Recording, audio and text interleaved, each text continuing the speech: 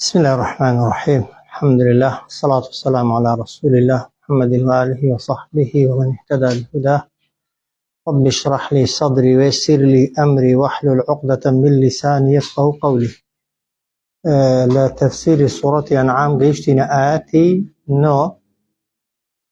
لآياتي هجدة درسي رابردو وتمان بتبرستكاني مكة ديان قد خوزيا فرشتيك دهاتە خوارێ بەسەر محەممەددا کاتێک کە قسەی بۆ دەکردین ئامۆژگاری بۆ دەکردین بانگەشەی پێغمبەرایەتی دەکرد ئەو مەلایکەتە و ئەو فریشتەیە شاهدی بۆ دەدا بۆ ئەوەی ئێمەش بڕوای پێ بکەین کە پێغمبەرە. بەڵام خوای گەورە فەرمووی ئەگەر خوای گەورە بە قسەی ئەوان فریشتەی ناردبایە بێگومان ئەوانەی کە ئیمانیان نەهێنا بوو ئیمانیان هەر نەدەهێنا ئەو کات خوای گەورە بڕیاری سزادانی خۆی بەسەر بتپەرستەکانی مەککەدا جێبەجێ دەکرد و هەموویان بەبێ باوەڕی و بە کافری دەمردن لەو خۆزگەی کە خواز بوویان بەبێ گومانی زەرەریان دەکرد. خوای گەورە لە ئاەتی نۆدا هەر لە تەواوکەری ئاەتەکەی پێشوو ئەوجار دەفەرمێ وەلەو جەعەلناه مەلەکەن ئەگەر فەرزەن جێڕا بامان فریشتەیەک بە پێغمبەریش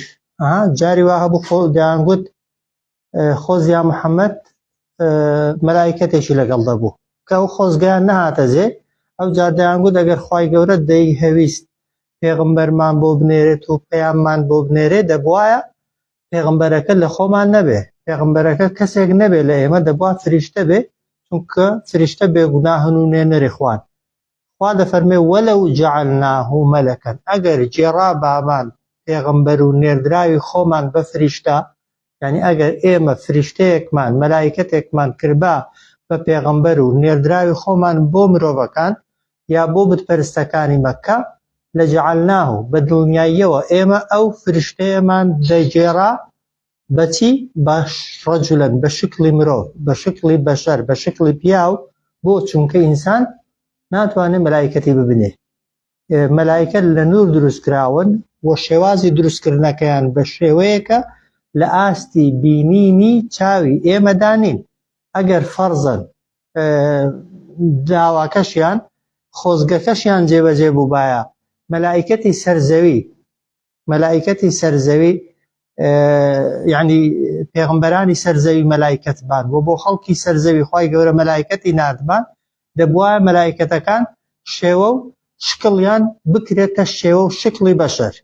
ئەگەر شێوە و شکڵیان بوویە شکل و شێوەی بەشەر ئەو کاتخوا دەفەرمێ وەلە لەبەسنا عەلەیهیم دەمان شێواند لێیان تێک هەڵمان دەکرد لێیان ما یەلبیسون ئەو شتەی کە ئێستا لێیان تێک هەڵ بووە.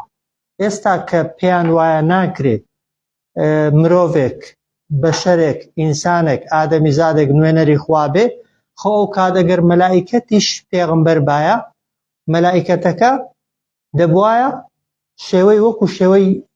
پیاوەکانی ئێستا بێ و هەروەها ئەو جل و بەرگ و شێوازی ژیانێک کە ئینسان دەیکا دەبووە ئەوانیش بەو شێوازە ژیانکەن. ئەو کاتە تەبان هەر قەناعەتیان نەدەکرد بەوەی کە ئەوە مەلایکەتە ئەو کاتیش دەیانگوتەوە هەر مرۆڤێکە یان ئینسانێکە جادو و سحری لە ئێمە کردبوو و ئەو کاتەش هەر قەناعەتیان نەدەکرد کە مەلایکەتە چونکە بتپەرستەکان و هیچ ئینسانێک لە شکل و شێوەی خۆیدا لە حاڵەتی ئاساییدا ناتوانێت مەلایکەت ببینێ. بۆی ئەگەر مەلایکەتانیش تەبەن دواتر دەیگەینێ لە شوێنێکی دیکە خوا دەفەرمێ خۆ لەسەر زەوی مەلایکەتی لێ ناژیان تا مەلایکەتان بکەین بە پێغمبەر. ئەگەر لەسەر زەوی مەلایکەت ژیابان سەرزەوی شوێنی نیشتەجێبوونی مەلایکەتەکان بە بێگومان ئەو کاتی نوێنەری خوش بۆ سەرزەوی مەلایکەت دەبوو. بەڵام لەسەر زەوی چێ دەژیێ؟ ئێمە دەژیین مرۆڤ دەژیێ بێگومان دەبێت نوێنەر لە جنسی خۆت بێ بە زمانێک بدوێ کە ئێمە لێی تێدەگەین و لێ حاڵی دەبێت. بۆی خوای گەورە بیانوەکەیان دەبڕێ یعنی پێمان دەڵێت کە ئەوە تەنها بیانون. وەلەو جەعەلناه ئەگەر جێڕا بامانە پێغمبەر و نێردراوی خۆمان بە مەلایکەتەن بە فریشتە لەجەعەلناه بە دڵنیاییەوە ئەو فریشتەیەمان دەجێڕا بە ڕەجولەن بە شکلی بەشەر بە شکلی مرۆڤ بە شکلی پیاو ئەو جار وەلەلەبەسنا عەلەیهیم لەلەبەسنا عەلەیهیم یعنی تێک هەڵمان دەکرد لێیان لێمان دەشێواندن ما یەلبیسون ئەوەی کە ئێستا لێیان شێواوە و لێیان تێک هەڵبووە یعنی چۆن ئێستا بە حیسابی خۆیان عەقڵیان قبوڵی ناکا بە شەرێک کە لە خۆیان بووە پێغەمبەر بێ ئەو کاتەش خۆ نەیان دەزانی کە ئەوە مەلایکەتە بۆ چونکە شکلی مەلایکەتەکەی وەکو شکلی ئینسانەکانی لێدەهات ئەو کات ئەو ئێستا چی دەڵێن ئەو کاتیش هەمان قسەیان دەکرد ئێستا چەند گومانیان هەیە و چۆن گومانیان هەیە ئەو کاتیش هەمان گومانیان دەبوو و هەمان خەلق و دوودڵیان دەبوو وەلەو جەعەلناه مەلەکەن ئەگەر جێرا بامانە پێغەمبەر و نێردراوی خۆمان لەسەر زەویدا بە مەلائکەت یا بە تعبیرێکی دیکە بڵێن ئەگەر مەلائکەتەکانمان کردبانە نێردراو و پێغەمبەر ئەوە لە جەعەلناه بە دڵنیاییەوە دەمانجێڕا ئەو مەلائکەتەی کە لەسەر زەوی نوێنەری ئێمە بە ڕەجل بە پیاو یعنی بە شکلی پیاو بە شکلی بەشەر ئەو جار وەلەلەبەسنا عەلەیهیم تێک هەڵمان دەکرد لێیان دەمان شێواند لێیان لە کافرەکان تەمان لە بتپەرستەکان ما ئەوەی یەلبیسون ئێستا لە خۆیان شێواندووە و لە خۆیان تێک داوە ئەوە ئاەتێک دواتر دەفەرمێ وەلەقەد استهزئ برسل ئەوەش دڵنەوایی پێغەمبەرە صلی الله عليه وسلم دەفەرمێ سوێن بەخوا استهزئ گاڵتە کرا برسل من قبلك بە چەندان پێغەمبەر و نێردراویش لە پێش تۆدا ئەوەی کە گاڵتەی پێدەکرێت ئەوەی کە ئیمانی پێداهێنرێت تەنها تۆنی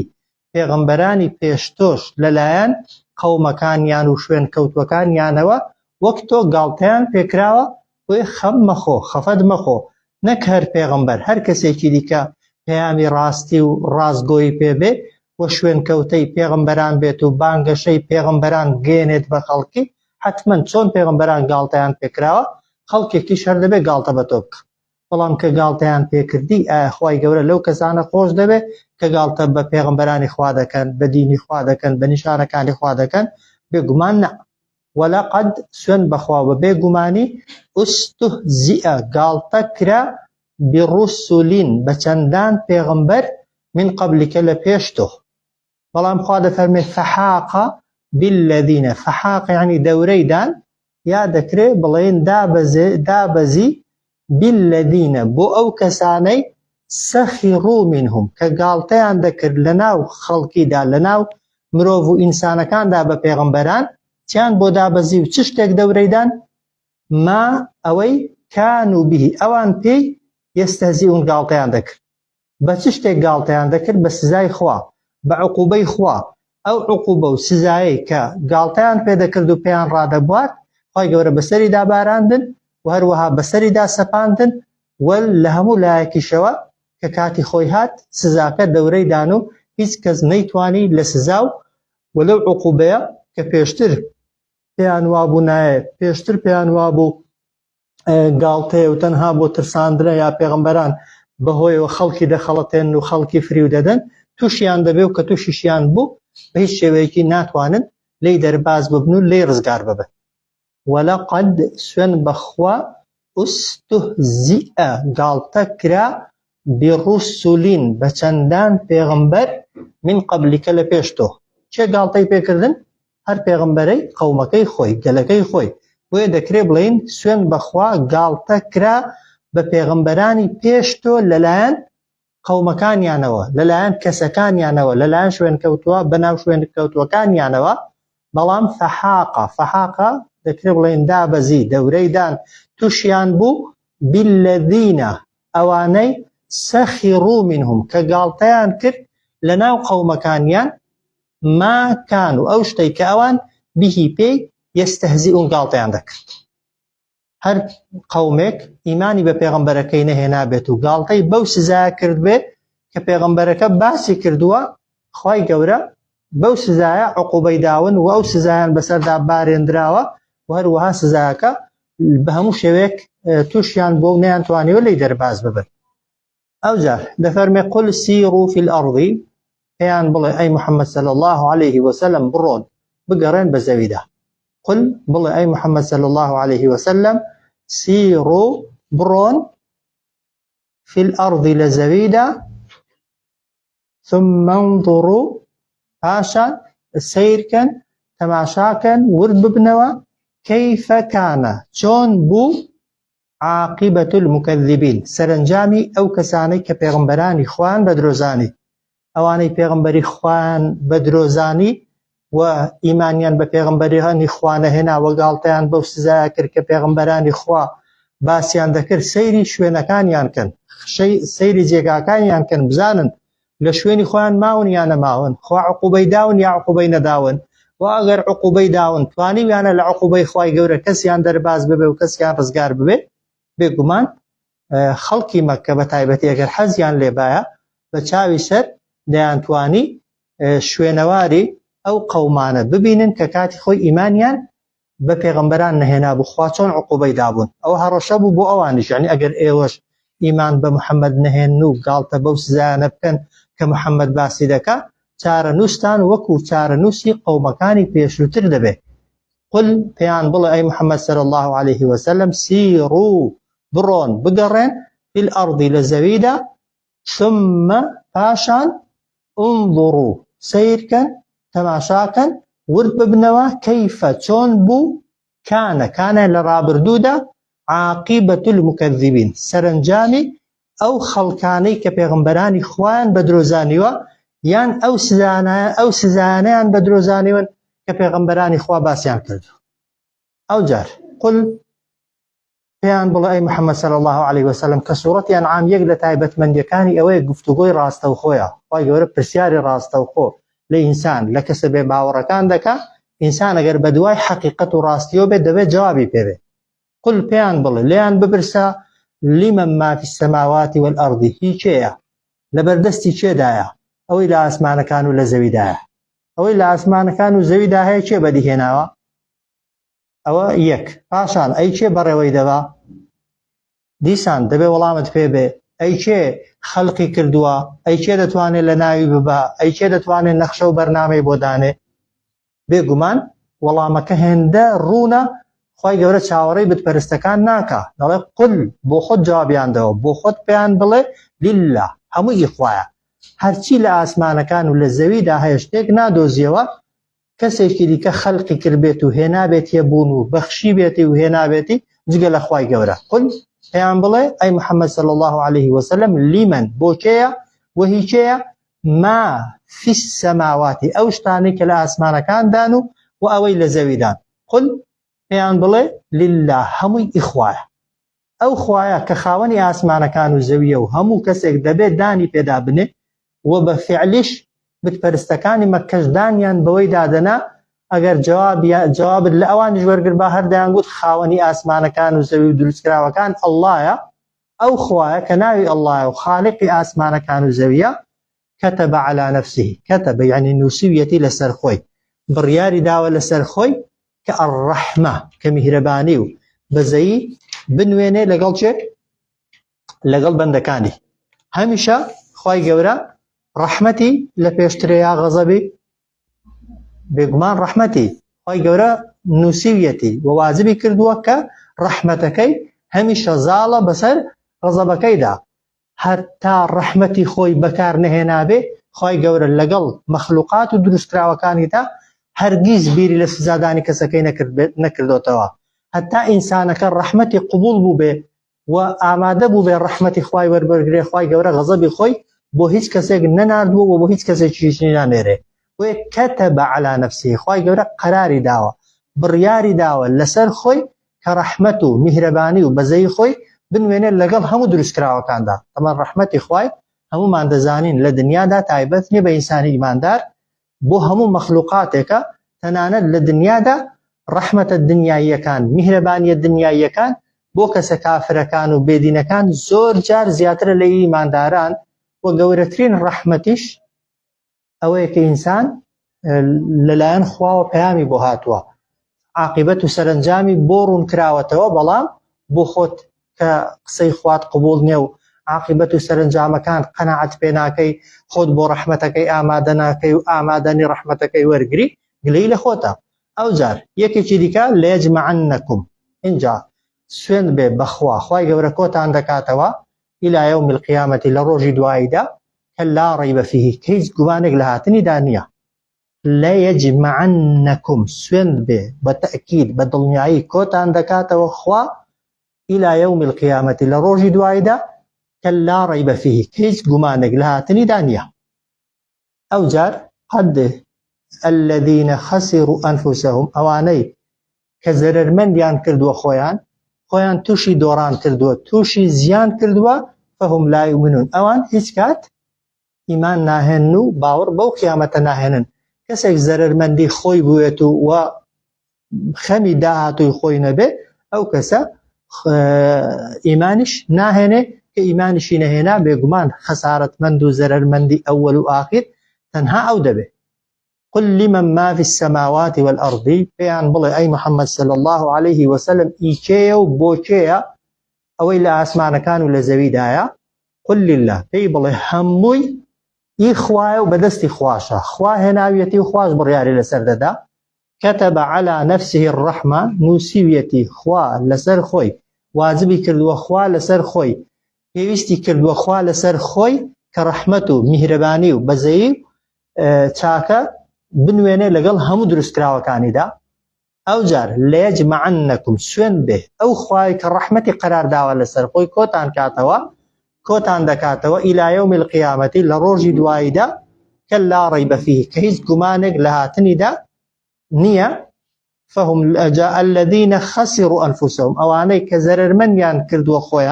خۆیان تووشی زەرەر و زیان کردووە بەهۆی کردەوە خراپەکانی خۆیان لا يؤمنون أوانا قد إيمان ناهينن بو چونکە هەمیشە دنیا و خۆشکێنەکانی دنیا سەرقاڵی کردوون خەڵەتاندوونی فریوی داون قیامەتی لەبیر نەهێشتوون ئەو جاریەکێکی دیکە لە تایبەتمەندیەکانی ئەو خوای کە ئێمە دەبێت بیپەرستین و عەبداتی بۆ بکەین و بەڵگەیەکی دیکەی زەق لەسەر ڕەحمەتی خوا ئەوەیە کە وەلەهو ما سەکەنە في الليل والنهار هی خوایە هەرچی ئارام دەگرێ لە شەو و لە ڕۆژ طبعا دروستکراوەکان هەمویان کاتێکیان هەیە کە تێیدا پشوو بدەن و ئیسراحەت کەن و لە جوڵە بکەون جا هەندێک زۆرینەی دروستکراو بە تایبەتی ئەوانەی گیاندار و ڕوح لەبەرن زۆرینەیان لە شەودا پشوو دەدەن و ئیسراحەت دەکەن و بەشێکیشیان ئەوانەی کە شەو بۆیان ناکرێ ئیسراحەت کەن و پشوو بدەن لە ڕۆژدا جێگیر دەبن و لە شوێنی خۆیان ئیسراحەت دەکەن و دەمێننەوە گرنگ هەرچی دروستکراو هەیە کە لە شەودا یا لە ڕۆژدا طبعا ژیان یا شەوە یا ڕۆژە فەرقی نییە شەو و ڕۆژ هەرچی دەجوڵێ و لە حرەکە دەکەوێ هەرچی هەیە و هێنراوەتە بوون ئەوەکەی یعنی هێنانە بوونەکەی بەدەست خوایە و هەروەها بەرنامە ڕێژەکەشی لەلایەن خواوە بۆ کراوە و هەروەها هەر خوش دەتوانێت لە ناوی ببە و هەر ئەو خوش جارێکی دیکە دەتوانی بهێنێتەوە بوون وله ما سكن في الليل والنهار هي خوايا اوي نش جيگير دبيتو لجوله دكوي لروج دايا لشو دايا لروج او جار وهو السميع العليم هر او خوايا همش تك دبيسته وهروها اگاداري همو كردويكي انسانيشه تنانت اوي لناو ناخو ضلش ماندا بخطخته وبوسوسه بسر ضلمان داده وله ما سكن اخوايا اوي جيگير دبيتو لجوله دكوي لشودا يا لروجدا وهو وهر او خوايا السميع بسري هر چی شتێکە کە دەگوترێ و هەروەها علیم زاناشە بە هەر چیەک کە کراوە کە دەکرێ و کە ئینسان ئێستا ئەنجامی دەدا. ئەو جار خوای گەورە دیسان بە پێغەمبەر دەفەرمێ لێیان بپرسە قل پێیان بڵێ ئەی محەممەد صلی الله عليه وسلم ئەفەغەیڕ الله ئایا ئێوە جگە لەو خوایە جگە لەو ئەڵڵایە ئەفەغەیڕ الله ئایا جگە لە ئەو خوایە ئەتەخیذو یعنی بگرم وليا بقورة وسرپرشتكاري خوم هذا پیغمبر صلى الله عليه وسلم طبعا هيش خواي قوري بولي خويو بسرپرشتكاري خويو بخوشويستي خويو بقوري خوي زانيوه ويا بلان دفرمي ليان بپرسوا خوي خصوتا جي اوان بوي چاكتر قصاكي لي ورقرن قل أغير الله آية أمن جيقا لخوا اتخذ بقرم وليا بدوستو بسر پرشتكار يعني آية تقريبا إن إيوش بتمان جيقا لو خوا كخالقي آسمان كانوا زويو دروستکراوەکانە و ڕەحمەت و میهرەبانی خۆی قەرار داوە بۆتان و سوێندیشی خواردووە لە قیامەت زیدنوتان کاتەوە جگەل لەو خوایە بەتەمان خوایەکی دیکە بکەنە وەلی و سەرپەرشتیکار و دۆستی خۆت لە کاتێکدا فاتری السەماواتی وەلئەڕضی ئەو بەدیهێنەر و دروستکەری ئاسمانەکان و زەویە پاشان وهو یطعم ئەو خوایە خۆراک و خواردن و ڕزق دەدا بە هەرچی دروستکراو هەیە ولا يطعم خوا لەلایەن هیچ کەسێکەوە خۆراک و خواردن و ڕزقی پێ نادرێت معلومە خوای گەورە پێویستی بە هیچ مەخلوقاتێک نییە هەرچی مەخلوقاتە پێویستی بەخوا هەیە الله الصمد يعني چی الله الصمد يعني خوا بێنیازە یەک لە تایبەتمەندی و لە سیفەتەکانی خوای گەورە بریتە لە سەمەدیەت لە بێنیازیەت هەرچی خەلق کرابێ چرکەیەک نییە پێویستی بەخوا نەبێ بەڵام بە پێچەوانەوە خوای گەورە پێویستی بە عەبداتی و بەنداتی و کردداری هیچ کەسێک لە دروستکراوەکانی نییە بۆ چونکە وەختێک بەس خوا هەبووە خۆ مەخلوقات هەر نەبووە وایە و کاتێکیش دادێ ئەو مەخلوقاتانەی کە ئێستا هەن نامێنن خوا هەر لە جێگای خۆیەتی بەڵام وەرە هەر کامێک لە دروستکراوەکان بێنە با چرکەیەک بەبێ ئەو ڕوح و هەناسە و ژیانەی کە خوا پێداویەتی بتوانێ بژیێ قل پێیان بڵێ ئەی محەممەد صلی الله عليه وسلم ئەغەیڕ الله ئاجگە لە خوا ئەتەخیذ بگرم بپەرستم وەلیەن کەسێکی دیکە بە دۆستی خۆم و بە سەرپەرشتیکاری خۆم و بە گەورەی خۆم دەکرێ ڕێی تێدەچێت فاتری السەماواتی وەلئەڕضی کە ئەو خالیق و بەدیهێنەر و دروستکەری ئاسمانەکان و زەویە ئێمەش یەکێکین لە دروستکراوەکانی ئەو ئاسمان و زەویە لەسەر زەوی دەژین و لەژێر ئاسمان داین وهو يطعم خوای گەورە خۆراک دەدا بە دروستکراوەکانی ولا يطعم هیچ دروستکراوێک توانای خواردن و خۆراکدانی نییە بەخوا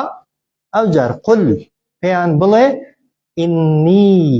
بێگومان من ناڵێت تۆ من یەکێک لە شێوازەکانی داعوا ئوسڵوبەکانی بانگەواز ئەگەر بتەوێت بەرامبەرەکەت گوێت لێ بگرێ زۆر جار ئامۆژگاریەکان کە مەبەستت ئەوە خۆت دەخێ جێگایوی خۆت دەخێ شوێنیوی یعنی ئەمن ئاوام ئەتۆش ئاوا بە قل ئینی پێیان بڵێ بێگومان من ئومیرت و فەرمانم پێکراوە ئەن ئەکوونە کە ببمە ئەوەلە من ئەسلەمە یەکەم کەسێک کە خۆی بەدەستەوە دەدا بۆ فەرمانی خوا پێغەمبەر نوێنەری خوا نەبووە ئەو بانگەوازکاری خەڵکی نەبووە هەرچی گوتوویەتی بە شوێن کەوتووەکانی دەبووە یەکەم کەس کە فەرمانەکە جێبەجێ دەکا خۆی بێ و یەکەم کەس کە لە نەهی و قەدەغەکراوەکان دوور دەکەوێتەوە دەبێ خۆی بێ هەر کەسێکی دیکەش بیەوێ قسەکانی کاریگەریان هەبێ و لە قیامەتێ لەسەر ئامۆژگاریکردنی خەڵکی قەرزدار نەبێتەوە بێگومان دەبێ وابێ ئەوەی دەیڵێ بە ئەمر و بە فەرمان بە بەرامبەرەکەت دەبێت پێشتر خۆت جێبەجێت کردبێ جێبەجێت نەکردبێ بەرامبەرەکەت لێت وەرناگرێ و ئەوەشی کە قەدەغەی دەکەی و نەهی دەکەی لە خەڵکی دەبێت پێشتر خۆت بە دوورگر بێت لە شتەکەی ئەگەر خۆت بە دوور نەگرت بێ خەڵک لەوانەیە هیچت لێ وەرنەگرێ لە دنیاە و بۆ قیامەت تێشت ئەگەر لێشت وەرگرن جاری وایە کەسەکە نادناسێ ئەتۆ شتی زۆر چاک دەڵێ بەڵام مەرز نیە بۆ خۆت چاک بی لەوانەیە کەسەکە ئیستیفادەت لێ بکە بەس بۆ قیامەتێ زەرەردا زۆر جار زۆر خەڵک لێتەوە فێری ئەوەی دەبێت لە حرام دوورکەوێتەوە بەڵام بۆ خۆت لەوانەیە دوور نەکەوت پێوە ئەو کاتە بۆ قیامەتت خراپە لە قیامەتی خوای گەورە ئینسانەکەی محاسبە دەکا وێ دەفەرمێ فەرمانم پێکراوە کە من ببمە یەکەم کەس لەو کەسانەی کە خۆیان بەدەستەوە دەدەن بۆ ئەمری خوا ئەو جار فەرمانی چی کەشم پێکراوە ولا تكونن من المشركين وفرمانشم پێکراوە خوای گەورە پێشی ڕاگەیاندەوەم کە نەبم بەیەکێک لە بتپەرستان ولا تكونن من المشركين وفرمانشم پێکراوە پێم گوتراوە کە نەبم بەیەکێک لە بتپەرستان قل ئەغەیڕ الله پێیان بڵێ ئایا جگە لە خوا ئەتەخیذ وەلیەن بگرم کەسێکی دیکە بە سەرپەرشتیکار و گەورەی خۆم کە فاتری السەماواتی وەلئەڕضی کە ئەو خوایە بەدیهێنەری ئاسمانەکان و زەویە وهو يطعم ئەو خواردن دەدا و ولا يطعم کەس خواردنی پێنادا قل پێیان بڵێ ئینی بێگومان من ئومیرت و فەرمانم پێکراوە ئەن ئەکوونە کە ببمە ئەوەلە من ئەسلەم یەکەم کەس لەوانەی کە خۆیان بەدەستەوە دەدەن بۆ ئەمری خوا ولا تكونن من المشركين و هەروەها فەرمانیشی پێکردم خوای گەورە پێی گوتووم کە نابێ ببی بێکێک لەو کەسانەی کە شەریک و هاوبەش بۆ خوا بڕیار دەدەن. ئەو جار قل پێیان بڵێ ئەی محەممەد صلی الله عليه وسلم ئینی ئەخاف بێگومان من دەترسم ئین عەسەیت ڕەبی ئەگەر سەرپێچی پەروەردگاری خۆم بکەم لەچی دەترسم عذاب یوم عظیم لە سزای ڕۆژێکی زۆر گەورە. ئەگەر پێغەمبەر صلی الله عليه وسلم کە گەورەترین مەخلوقی خوایە سەرپێچی خوا بکە خوا سزای دەدا. ئەی ئێمە کە هەموو ژیانمان کەم تەرخەمی کردن و تاوان و گوناهی دیکەیە ئەگەر سەرپێچی خواکەین خوا چۆن عقوبەت نادا؟ یاسای خوایە هەر کەسێک سەرپێچی خواکە خوا عقوبەی دەدا تەنانەت ئەگەر پێغەمبەرانیش بن ئەگەر نێردراوانیش بن هەرچەندە نێردراوانی خوا پاراستوونی بەڵام ئەگەر فەرزەن ئەوانیش بێ ئەمری خوایان کردبایە خوا ئەوانیشی سزا دەدا. قل پێیان بڵێ ئینی بێگومان من ئەخاف و دەترسم ئین عەسەیت ئەگەر سەرپێچی بکەم ڕەبی لە فەرمانی پەروەردگاری خۆم عذاب یوم عظیم لە سزای ڕۆژێکی زۆر گەورە. ئەو جار خوای گەورە دەفەرمێ من یصرف عنه یومئذ فقد رحمه هەر کەسێک لا بدرێ لەسەری سزای خوا لە ڕۆژی دواییدا فقد رحمه بێگومان ئەو کەسە لەلایەن خواوە ڕەحمی لەگەڵ کراوە ئەو کەسە میهرەبانی لەگەڵ کراوە و خوا بەزەی پێدا بەو کەسەدا هاتۆتەوە. گەورەترین بەزەی و میهرەبانی خوا ئەوەیە لە قیامەتێ خوای گەورە سزای خۆت لەسەر لابوە سزای خۆت لەسەر هەڵگرێ تووڕەی خۆت لەسەر هەڵگرێ. من یصرف عنه هەر کەسێک هەڵگرێ لەسەری لا ببا لەسەری یومئذ من یصرف هەر کەسێک لا ببرێ عنه لێی یومئذ لەو ڕۆژەدا سزا فقد رحمه بێگومان ئەو کەسە خوا بەزەیی پێدا هاتۆتەوە میهرەبانی لەگەڵ نواندووە. وذلك ئەوە کە خوا سزات نەدا و سزای خۆت لەسەر هەڵگرێ الفوز العظیم سەرفرازی و بەختەوەری عفو الفوز المبین سەرفرازی و بەختەوەری ڕوون و ئاشکرایە. جگە لە ڕزگاربوون لە ئاگر و لە خەشم و قین و تووڕەی خوا هیچ شتێکی دیکە نییە پێی بگوترێ سەرفرازی پێی بگوترێ بەختەوەری. من یصرف عنه هەر کەسێک لا بدرێ لێی سزای خوا یومئذ لەو ڕۆژەدا فقد رحمه بێگومان ئەو کەسە خوا بەزەی پێدا هاتۆتەوە. وذلك ئەوە کە لە سزای خوا ڕزگارت ببێ و سزای خوار لەسەر لا بدرێ الفوز العظیم بەختەوەری و الفوز المبین سەرفرازی و بەختەوەری ڕوون و ئاشکرایە. ئەو جار خوای گەورە یاسایەکی دیکەمان پێدا دەفەرمێت وئن یەمسەسکە الله دیسان هەر خیتابە لەگەڵ پێغەمبەر بەڵام صلی الله عليه وسلم لە ڕێگای ئەویەوە بۆ ئێمەش وئن یەمسەسکە الله بضر ئەگەر تووشت کا خوا بە زەرەرێک بە زیانێک فەلا کاشف له هیچ کەسێک نییە بتوانێ ئەو سزا و ناخۆشی و ناڕەحەتیەی کە خوا بۆی هێناوی لەسەر لا ببە ئیلا هو جگە لە خۆی ئەو گومانی تێدا نییە. وئن یەمسەسکە بخەیرین و ئەگەر تووشی چاکەیەکی شتکە وئن یەمسەسکە ئەگەر بەسەری شت بێنێ بۆشت بێنێتە پێشێ تووشی شتکات خوا بخەیرین چاکەیەک فهو على كل شيء قدير ئەو لەسەر هەموو شتێک زۆر بەتوانایە. بۆیە دوای نوێژەکان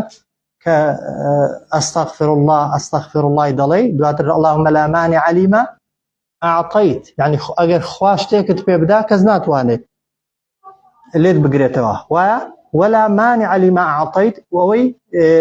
ئەوەی پێت نەدا کەس ناتوانێت پێتدا و ئەوەی پێشت دەدا کەس ناتوانێت لێت بستێنێتەوە. وێ دەفەرمێ وئن یەمسەسکە الله بضر ئەگەر تووشت کا خوا بە زەرەرێک بە زیانێک جا زیانەکە جەستەییە ماڵیە هەر شتێکە فەلا کاشف له هیچ کەسێک نییە لەو بوونەوەر و کەونەدا بتوانێ ئەو زیان و زەرەر و ناڕەحەتیەت لەسەر لا ببە ئیلا هو جگە لە خوا جگە لە ذاتی خوا. وئن یەمسەسکە بخەیرین و ئەگەر تووشی چاکەیەکی شتکە فهو على چاکەکە صحت باشیە ماڵی دنیایە هەر چاکەیەکی دیکەیە فهو على كل شيء قدير ئەو خوایە بەسەر هەموو شتێکدا زۆر بەتوانایە. کۆتە ئایا دەفەرمێ وهو القاهر فوق عباده ئەو خوایە قاهرە یعنی خاوەنی دەسەڵات و هێز و توانای تەواوە بەسەر هەموو بەندەکانیدا. ئەو گومانی تێدا نیە تەوان بۆ کە ئینسانی ئیماندار وهو ئەو خوایە القاهر قاهر يعني باغلادست بتوانا خاوەن دەسەڵات خاوەن هێز هێزی تەواوە بەسەر هەموو بەندەکانیدا وهو الحكيم الخبير وهر أو حكيم دانا وشارزايا وهو القاهر أو خوايا خاوني هێزو دەسەڵات و توانای تەواوە بەسەر هەموو بەندەکانیدا هیچ بەندەیەک لەو کەونەدا دروستکراوێک لەو کەونەدا ناتوانێت لە ئەمر و بڕیاری خوای پەروەردگار دەرچێت ئەگەر خوای گەورە ڕێی پێنەدا وهو الحكيم الخبير وهر أو خوايا حكيمة يعني هرچی دەیکا لە شوێنی خۆیەتی وخبير شارەزای تەواوی هەموو کردەوەکانی ئینسانیش صلى الله عليه وسلم